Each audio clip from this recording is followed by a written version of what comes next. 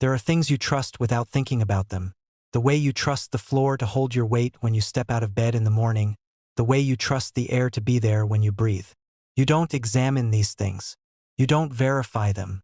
You simply build your life on top of them and direct your attention elsewhere, toward the things that actually seem to require it. I trusted my wife. I trusted my brother. I trusted both of them completely, simultaneously, without a moment's hesitation, for 15 years in one case and 35 in the other. I want you to understand that before I tell you what I found on that kitchen counter on a Tuesday evening in October. Hey everyone. My name is Alex. I'm 40 years old, and until about 8 months ago I would have described myself, without irony or exaggeration, as a fortunate man.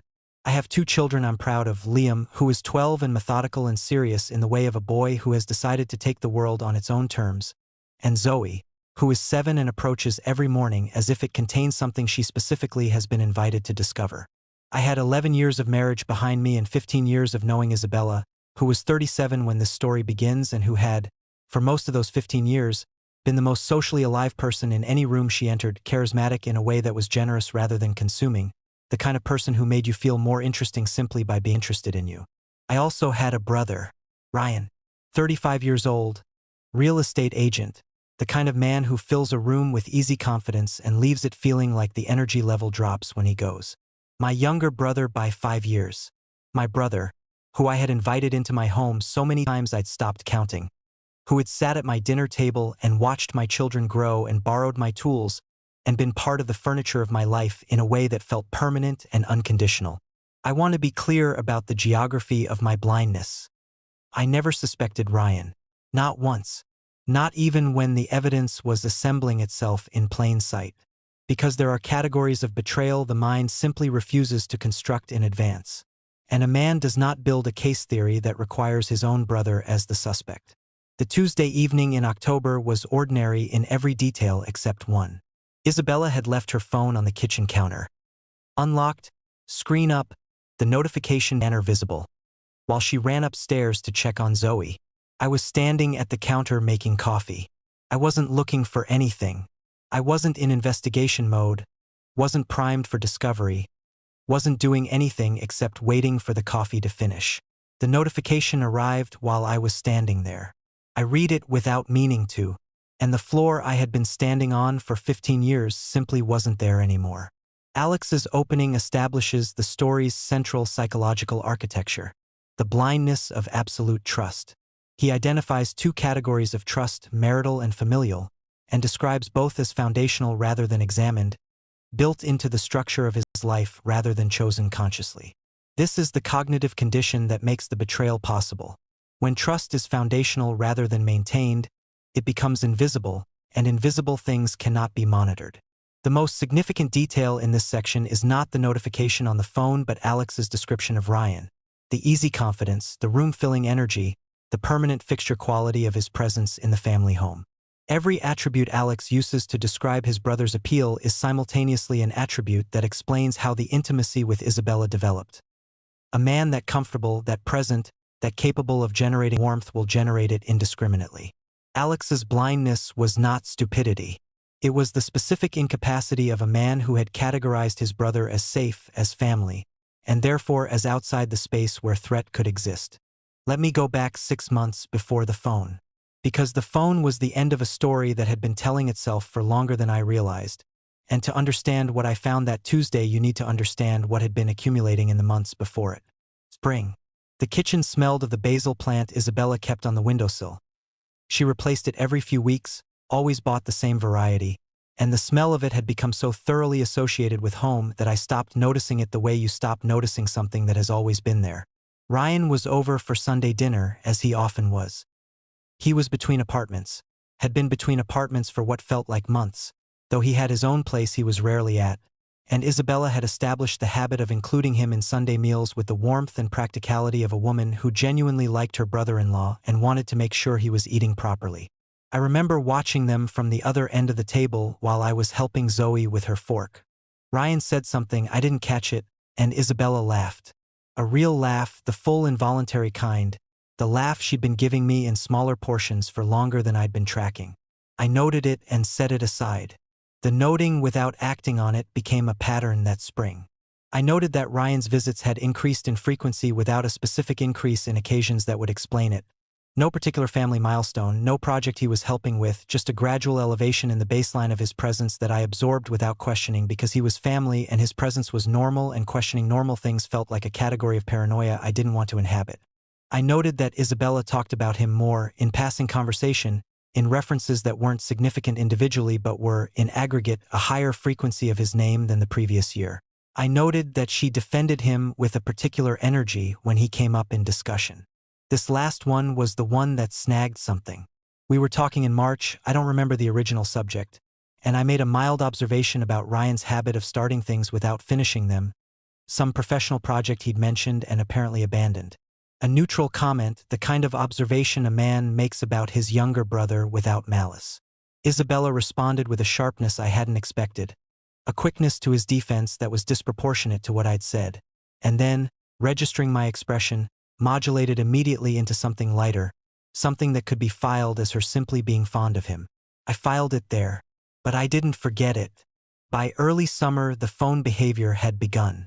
Not dramatic, nothing that announced itself as significant in the moment. Face down on tables. The quick app close when I came into a room she was in. The specific attention she brought to certain messages. The smile that arrived and was folded away before I could attach it to anything.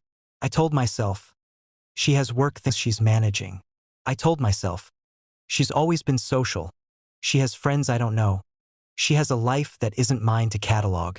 Marcus came over in June, my closest friend since university, a man with the specific skill of noticing things other people are too polite to say. We were on the back porch after dinner and he said, carefully, "Is everything okay with you and Isabella?" "Why?" He was quiet for a moment. "Just the last few times I've seen you together. She seems elsewhere." I told him she was probably stressed with work. He accepted this and moved the conversation forward, but there was something in the way he accepted it. Too quickly, without the pushback he usually brought to things he genuinely believed, that told me he hadn't been satisfied by the answer. He'd simply decided not to press. The moment that planted the deepest root of doubt came on a Saturday evening in July. I came home from the office. I'd gone in for 3 hours on a weekend, which had been happening more than I liked, and found the house quieter than I expected. Liam was in his room. Zoe was at a friend's. Isabella, I assumed, was somewhere in the house. I found her phone on the arm of the sofa, lit up with a message preview. Not Ryan's name, a name I didn't recognize, a woman's name, a friend I hadn't heard of. I thought nothing of it. But 20 minutes later, while Isabella was making tea in the kitchen, I heard her phone buzz twice more and heard her come quickly from the kitchen to retrieve it before the screen could time out. The speed of it. The specific velocity of someone moving towards something they needed to secure. I said nothing. I went upstairs and stood in the bathroom with the door closed and thought about the speed of those footsteps and understood, without being able to articulate it yet, that what I was afraid of had a specific and located source that I was not yet ready to name. The spring and summer Alex describes represent the story's sharpest contrast between what was visible and what was seen, between the evidence that was present and the interpretation Alex applied to it. Isabella's laughter at the dinner table, her excessive defense of Ryan, the increased frequency of his name in daily conversation, the phone secured with unusual velocity. Each of these is, in retrospect, precisely legible. In the moment, Alex filters each through the assumption of innocence. Not naive innocence but structural innocence, the kind built into the category of brother and wife and family Sunday dinner. Marcus's observation, that Isabella seems elsewhere, is the section's most important external signal, because it comes from someone without Alex's emotional investment and with no reason to soften what he notices. That Marcus pulls back when Alex offers the work stress explanation is itself significant. It suggests Marcus has already decided that pressing further would cost something he's not ready to pay. The basil plant on the windowsill, replaced every few weeks, always the same variety, always there, is the section's quiet metaphor. The things we stop noticing because they have always been present are precisely the things most worth examining. August arrived and I made a decision I'm still not certain how to characterize. I began paying attention with purpose. Not investigation exactly. Not yet. something between heightened awareness and the deliberate direction of the observational skills I had been applying passively for months. I started tracking, not formally, not in a document, just in the way a person keeps a running internal account of things that don't add up. Ryan's visits. I noted the dates. Isabella's phone behavior. I noted the contexts. The occasions when I came into a room and the conversation shifted or ended. I noted the pattern. The pattern was consistent. Ryan was visiting on average twice a week, ostensibly dropping by, ostensibly for ordinary reasons, tools borrowed or advice sought or simply proximity, the family member logic of, I was in the area. On 3 separate occasions in August, I came home and found Ryan's car outside but was given explanations for his presence that were plausible individually and slightly over-explained collectively. The way Isabella described his reasons for being there had the texture of information that had been prepared before being delivered. I want to be honest about the moral weight of what I did next. Isabella left her laptop open one evening while she went to put Zoe to bed. I sat down at the kitchen table near it and did not touch it. I sat close enough to see the screen. I was not proud of the intention, which was present before I decided to act on it. I ultimately closed the laptop without looking at it, pushed it away, and went and made tea and thought about what kind of person I was and what kind of person I wanted to be. But I had wanted to look. And the wanting told me something about how far the doubt had progressed. Marcus called in September. I told him more than I had in June, not everything, but the shape of it.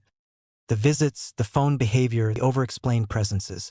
He listened with the stillness of someone who is not surprised by what they're hearing.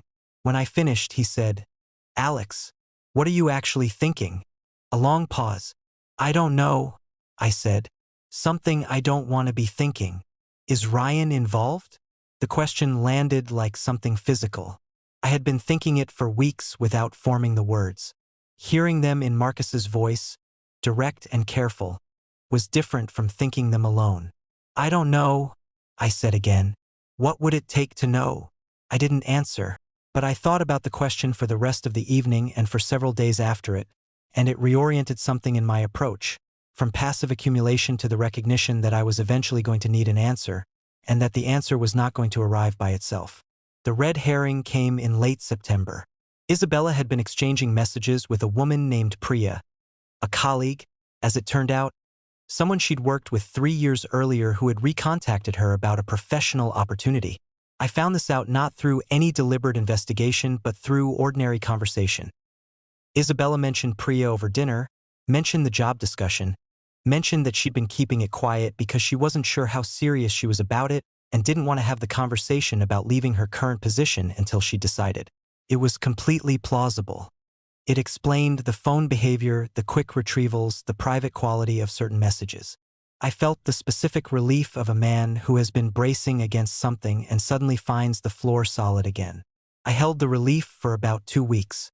Then, on an evening in early October, I came downstairs at 11:30 because I couldn't sleep. The specific insomnia of a person who has given themselves permission to stop worrying and found that the worry did not accept the permission, and found the living room empty and the lights off and heard Isabella's voice from the back of the house, low and specific, the tone of someone talking privately rather than casually. I stood in the hallway and listened to the shape of her voice without being able to make out words. 3 minutes, maybe 4, then silence, and the sound of her coming down the hallway toward me. She saw me in the dark and stopped. Couldn't sleep, I said. Me neither, she said. I was just talking to Sophia. At 11:30? A beat. She's going through something. I didn't want to cut her off. I said that was fine. I went to the kitchen and drank a glass of water and went back upstairs. And the relief from the Priya explanation, which had been holding for 2 weeks, quietly dissolved. Something was wrong. The Priya conversation was real. I still believed that. But it hadn't been the source of the phone behavior. It had simply been a convenient coincidence that I had used as an excuse to stop looking. I was looking again. I just didn't have to look much longer. Alex's investigation is defined as much by what he refuses to do as by what he does. He closes the laptop. He avoids direct confrontation. He accepts the Priya explanation with a relief that is slightly too large for the evidence that produces it. Each of these refusals is psychologically understandable. The laptop closure reflects genuine moral discomfort. The acceptance of the Priya explanation reflects the mind's powerful tendency to accept the first available innocent explanation when the alternative is unbearable. The lesson embedded in these mistakes is not that Alex should have been more ruthless in his investigation, but that motivated reasoning, the selection of evidence that supports the preferred conclusion, operates even in intelligent, self-aware people. Marcus's direct question, is Ryan involved? Is the section's most important moment, because it forces Alex to confront in language what he has been thinking without words. The naming of the thing does not resolve it, but it makes retreat into comfortable vagueness impossible. The late-night phone call and Isabella's beat of hesitation before Sophia are what finally dissolve the Priya relief. Not because the explanation is demonstrably false, but because the beat was half a second too long. The phone was on the kitchen counter on a Tuesday evening in October. Isabella had set it down. Unlocked, screen up, while she went upstairs to check on Zoe, who had been coughing since dinner. I was at the counter measuring coffee grounds, facing the window, the particular blue of 7 o'clock in autumn filling the glass. The notification arrived with a soft sound and the banner appeared at the top of the screen, and I read it before I had made any decision about reading it. Miss you already. Tonight was. The message was cut off by the character limit of the banner. The sender's name was displayed above it. Ryan. I stood very still. The coffee grounds were in the scoop. The kitchen smelled of basil from the windowsill plant. The refrigerator hummed. Everything was exactly as it had been 5 seconds earlier, and none of it was the same. I picked up the phone. I opened the message thread. I want to be careful about how I describe what I read, because the specifics are less important than the cumulative weight of them. Several weeks of messages, daily in frequency, private in tone, intimate in content. References to specific times together that I had believed were ordinary family occasions or Ryan's casual visits. A language between them, small private phrases, references to shared moments, that had its own vocabulary, built over months, the vocabulary of two people who have constructed a world they inhabit together. I set the phone back on the counter exactly as it had been. I finished measuring the coffee. I started the machine. I stood at the counter and listened to the coffee brew and thought with a clarity that surprised me about what I was going to do next. Isabella came back downstairs. She picked up her phone from the counter and glanced at the screen, and whatever she saw there, the open messages perhaps, or simply the knowledge that it had been unlocked and available, produced a very brief stillness in her body, a fraction of a second in which she decided how to hold herself. Zoe's okay, she said. Just a dry cough. I'll get her some water for the night. Good, I said. She moved to the cabinet. I watched her back and thought, she doesn't know yet. And then I thought, how long do I wait, and how much more do I need, and what exactly am I building toward? I waited 3 days. I accessed her email. I manage our home network, and the access was technically available to me. I will not pretend this was uncomplicated, and found what I was looking for. A thread that confirmed the messages, extended the timeline, and included, in a folder she had labeled with what appeared to be a client name, 17 photographs. Ryan and Isabella together. In restaurants I recognized and one I didn't. In our garden, the place where my children played, on an afternoon when I had believed Ryan was simply visiting. 7 months. The affair had been running for 7 months. I called Eleanor Grant, the family lawyer I had been referred to weeks earlier, out of a preparatory instinct I wasn't quite ready to name, and told her I needed to move from preliminary consultation to active process.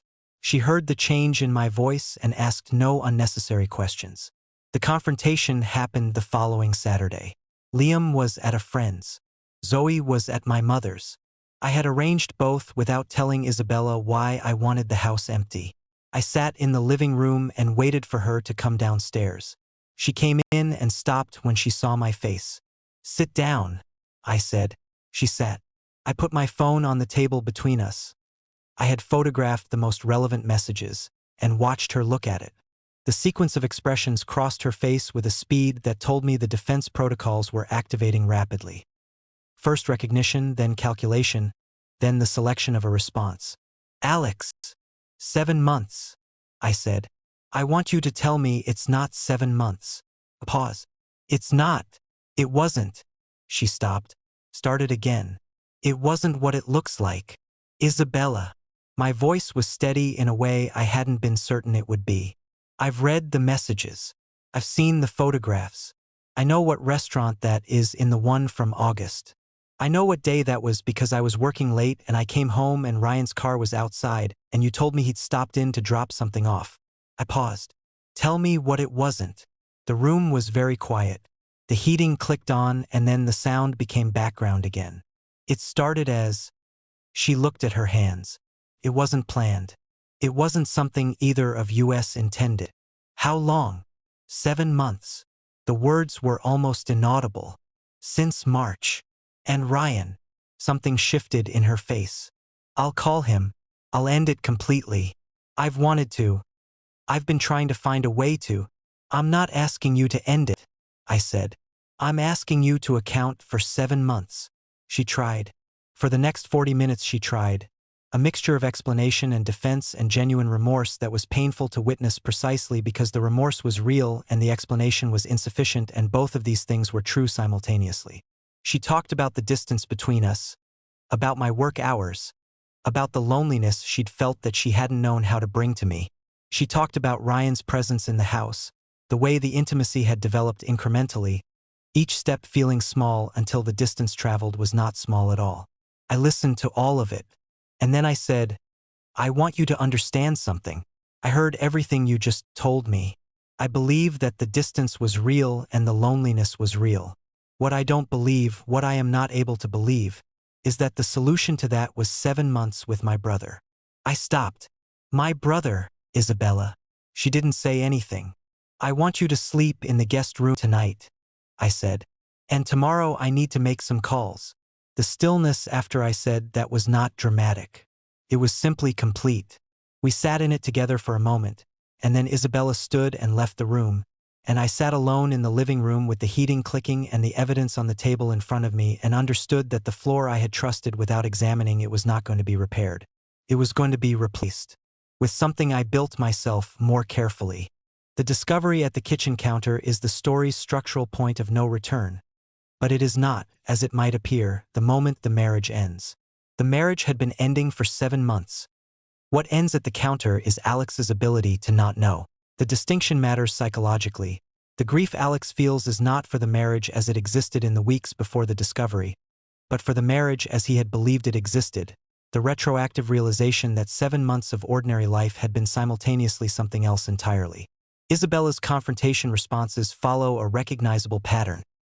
Activation of defense protocols, attempted minimization, genuine remorse, contextual explanation. The contextual explanation, distance, loneliness, incremental steps, is not fabricated. Alex acknowledges this explicitly, and the acknowledgement is psychologically sophisticated. The ability to hold her loneliness was real alongside.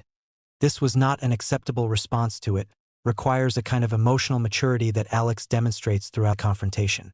The phrase, my brother, Isabella, said once, quietly, without elaboration, is the confrontation's most devastating moment. It requires no amplification.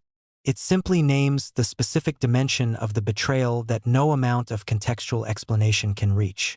The days that followed were the longest I can remember. Not dramatically long. Not filled with shouting or crisis or the visible turbulence that betrayal looks like in films. Quietly long. The specific length of days lived inside a house that is performing its ordinary functions while the people inside it are managing something that cannot be performed. Isabella moved through the rooms with a careful considerateness, as if the volume of her physical presence had been turned down, as if she understood that taking up space required justification. She was no longer certain she had. I moved through the same rooms and felt, primarily, a kind of focused clarity that I recognized from professional crises. The state of a person who has moved past shock into the operational mode that shock eventually makes possible. I called Ryan on the Monday. He picked up on the second ring and I said, I know, nothing else. 3 seconds of silence on his end. Then, Alex, and I said, I don't want to have this conversation yet. I'm calling so you know that I know. We'll talk when I'm ready. And I ended the call. I haven't spoken to him since. I'm not ready yet. And I've decided not to force readiness for the sake of a resolution that isn't available to me. Marcus came over that week. He brought food, which I hadn't asked for and needed, and sat in the kitchen while I told him the full shape of it. His expression moved through several things. Anger on my behalf, a sadness that was genuine and not performed, and at the end he said, "What do you need from me right now?" "Just this," I said. "Just being here." He nodded and refilled the kettle, and that was enough. Isabella proposed counseling on the Wednesday. She had clearly been preparing the proposal carefully. She knew the specific therapist, had a name and a phone number, had thought about the practical logistics of sessions around the children's schedule. She delivered it with the specificity of someone who has been planning a case rather than simply expressing a wish. I recognized the care in it, and I was not unmoved by the care. I sat with her proposal for 4 days, and then I called Eleanor Grant. The decision arrived not as a dramatic resolution but as a quiet recognition, the kind of knowing that has been forming for a long time and finally surfaces, complete without requiring the last argument or the final push. I thought about what Isabella had said about loneliness and distance. I thought about the incremental steps she described, each feeling small. And I thought about what rebuilding would actually look like, the years of monitoring, of reassembling trust that had not simply been broken but had been broken by two people I trusted most completely, one of them the person I was supposed to be rebuilding with and one of them the person I was supposed to have as family for the rest of my life. The mathematics of recovery, when I looked at them honestly, did not work. Eleanor Grant met me on a Thursday morning. She was in her 50s, precise, experienced, the kind of professional whose competence is visible in what she doesn't say as much as in what she does. We discussed the framework, the children, the assets, the timeline. She told me what the process required and in what order. I took notes in a manner that felt, for the first time in weeks, like the productive application of my energy rather than its hemorrhage. I moved my things to the guest room formally. Not the provisional arrangement of the first night, but the deliberate installation of a new geography, and told Isabella on a Friday evening, calmly, that I would be speaking to a divorce attorney. I told her the children would be protected. I told her I intended to manage the practical reality of the separation with as much care and as little damage as possible. She listened with the stillness of someone receiving information they had feared was coming and now had to integrate. She asked if there was anything she could say. "I think," I said carefully, "that there is nothing you haven't already said." Liam asked me the following week, in his careful, methodical way, whether something was wrong between me and his mother. I told him that we were going through something difficult and that both of us loved him and that whatever happened, his life and Zoe's would be stable and would be loved. He looked at me for a long moment, the specific assessment of a 12-year-old who is deciding whether the adult in front of him is telling the truth rather than telling him what he needs to hear. "Okay," he said eventually. The word carried the weight of a boy choosing, provisionally, to trust. And I understood that this trust was now mine alone to hold, and that holding it was the most important thing I had to do. Alex's emotional state in the aftermath is defined by the transition from shock to operational clarity. A psychological shift that is both adaptive and, in his case, consistent with his personality throughout the story. The focused, methodical quality he brings to the process of ending the marriage is the same quality he brought to the process of understanding it. He doesn't rush, he doesn't perform emotion he isn't feeling, he takes the time required before each decision. The counseling proposal from Isabella is rendered with empathy. Alex acknowledges the care in its preparation and sits with it genuinely for 4 days.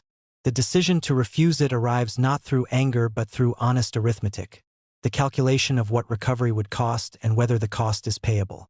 The phone call to Ryan, "I know, nothing else, end of call," is the section's most psychologically precise moment. It establishes the fact of Alex's knowledge without opening a conversation he is not yet equipped to have with integrity. The decision to delay the brother conversation rather than force it reflects emotional intelligence rather than avoidance. Liam's provisional trust, "Okay," with its full weight, transfers the story's emotional stakes cleanly to the next chapter. The divorce is not the end of Alex's responsibilities, but the beginning of the most important one. It's been 7 months since the Saturday I sat in the living room and heard Isabella say 7 months, in a voice that was almost inaudible. The divorce is proceeding. Eleanor Grant has been worth every penny and every difficult phone call. The custody arrangement Liam and Zoe will live inside was designed with them at the center of every decision. Equal time, a consistent schedule, 2 stable addresses rather than 1 destabilized one. Liam has his chess set in both. Zoe has established a parallel kingdom of craft supplies at each location with the territorial confidence of a 7-year-old who has decided that 2 houses means double the art supplies rather than half the home. I am grateful for her interpretation of the mathematics. I moved into an apartment in January, my own space which I furnished slowly and deliberately, choosing each thing because I wanted it rather than because it filled a room. There's a bookshelf that holds books I've genuinely been meaning to read for years. There's a kitchen window that catches the morning light at an angle I've started to rely on. These are small things, and I've found that small things, chosen consciously, accumulate into something that feels, increasingly, like a life that is mine. Marcus has been consistent throughout in the way that only the longest friendships are, present without requiring me to perform a particular stage of processing, available without demanding I be further along than I actually am. He came over on a Saturday in February with 2 coffees and the specific companionship of someone who understands that some of the most valuable support is simply sharing a room without agenda. I've started cycling in the mornings. This surprised me. I had not thought of myself as someone who cycled, had not thought of myself as someone who needed the specific physical expenditure of early mornings before the city is fully awake. But I've found that the 30 minutes at 6:30, the neighborhoods in the thin spring light, the physical demand of it that requires enough attention to quiet everything else, these have become something I protect. There is a version of yourself available in the early morning that isn't accessible at other times, and I've been making the acquaintance of that version with something that feels increasingly like mutual appreciation. I spoke to Ryan in March. I had told myself I would wait until I was ready, and in March I understood that ready was not a state I was going to arrive at through waiting. It was a state I was going to have to choose. We met at a coffee shop, neutral ground, both of us present at the same time in a way that felt careful and deliberate on both sides. He said things I won't reproduce here in detail, expressions of remorse that were genuine and insufficient and the only things he had available to offer. I said what I needed to say, that the relationship between us would need to be rebuilt entirely from a foundation of honesty and distance before anything closer was possible, and that I didn't know if I was capable of building it at all, and that the most honest thing I could tell him was that I didn't know yet. He said, "That's fair." It was the most honest exchange we'd had since everything collapsed, which made it, paradoxically, the beginning of something. Not a repair, not a restoration, but a starting point for whatever comes after a betrayal of this particular depth. I don't know what that is. I'm not pretending to know. Through mutual friends, specifically through Marcus's expanding social orbit, I met Clara in April. She was warm and precise in equal measure, a structural engineer who talked about load-bearing walls with the same intensity one apparently talk about systems architecture, which she found funny and I found, in return, genuinely interesting. We had dinner twice. We've talked on the phone in the evenings when the children are settled and the apartment is quiet and the conversation has the quality of 2 people discovering they have more to say to each other than they initially expected. Nothing I would characterize as certain yet, but something I would characterize as real. What I carry out of the last year, beyond the logistics of a life restructured. I've learned that trust, when it is foundational rather than examined, becomes invisible. And invisible things can be exploited precisely because they are not being watched. I am not suggesting a posture of permanent suspicion toward the people we love. I am suggesting something more specific. That love requires attention as well as feeling, that the people we trust most deserve the active quality of our regard rather than simply the passive assumption of their constancy. This is the mistake I made, not trusting Isabella, not trusting Ryan, but trusting them in a way that had become automatic rather than chosen, and therefore trusting them in a way that had stopped being something I was actually doing. I've learned that betrayal of the kind I experienced, from a wife and a brother simultaneously, produces a specific kind of grief that is not simply additive. It is not the grief of a marriage plus the grief of a family relationship. It is the grief of the foundational categories themselves being revealed as insufficient protection against reality. When you discover that wife and brother are not categories that confer immunity from the full range of human behavior, something in the architecture of how you've organized the world has to be rebuilt. I am rebuilding it, more carefully, with better materials. And I've learned this is the part one offer to anyone who is somewhere in the middle of what I was in the middle of, when the floor has gone and the rebuilding hasn't started yet, that what comes after is not a lesser life. It is a different life. Smaller in some ways and larger in others. The morning cycling. The kitchen window light. Liam's provisional trust that I hold as carefully as anything I've ever held. Zoe's two kingdoms of craft supplies. Clara's voice on the phone in the quiet evenings. Finding that there is more to say. Nearly 1 in 4 long-term marriages encounters a significant breach of trust involving someone in the couple's immediate social circle. 1 in 4. I was one of them, and I want you to know that the number does not diminish the experience, and the experience does not have to define what comes next. I'm building something I can stand in. I'm building it carefully, with attention, with full quality of my regard directed at the things that matter. That's the only thing I know how to promise. And for now, it's enough.